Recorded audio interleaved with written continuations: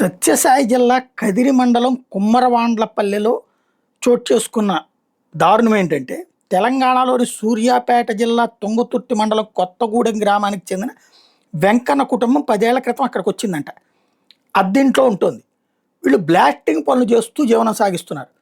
నిన్న ఉదయం 11 గంటలకి వీళ్ళ ఇంటి నుంచి దట్టమైన పొగ వ్యాపించి వెంకన్న కుటుంబ సభ్యులంతా భయంతో కేకలేస్తూ బయటకు వచ్చేసారు.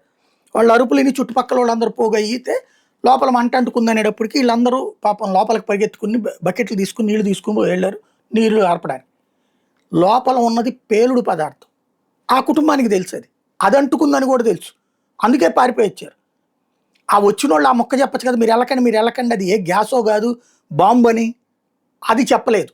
దాంతో పాపం మంటలార్పుదాం ఈ కుటుంబానికి ఆదుకుందామని వెళ్ళినటువంటి వాళ్ళు అది కాస్త పేలిపోయి బాంబులు డైనమెట్లు ఇట్లాంటివి అనుకుంటా, అంటే లైక్ మన వీటికి వాడతారు కదా క్వారీలకి, అట్లాంటిది. దాంట్లో ప్రాణాలు కోల్పోయారు. అసలు ఇళ్ళ దగ్గర పెట్టకూడదు. నువ్వు ఎక్కడ కార్యక్షేత్రం ఉందో అక్కడే పెట్టుకోవాలంటే ఏ గని దగ్గర లేకపోతే ఏ మైనింగ్ దగ్గర చేస్తో అక్కడే పెట్టుకోవాలి తప్పించి అది కూడా పర్మిషన్ తీసుకునే కొనుక్కోవాలి. అలాంటిది ఎక్స్పర్ట్తోనే చేయించాలి. ఇప్పుడు ఇంటి దగ్గర పెట్టుకున్నారు. 4 ప్రాణాలు కోల్పోయారు. పక్కన 2 ఇళ్ళు ధ్వంసమైంది. తీవ్రంగా గాయపడ్డ వాళ్ళు అనేక మంది. ఎవరిది ఈ పాపం? పేలుడు పదార్థాలు ఇళ్ల మధ్యలో ఎట్లా ఉంటున్నాయి? అలాగే మంచికి పోతే చెడెదురైనటువంటి ఆ కుటుంబాలని ఆదుకునేది ఎవరు? ఆ కుటుంబం పారిపోయిందట, బయటకు వచ్చినటువంటి కుటుంబం. ఇది విశేషం.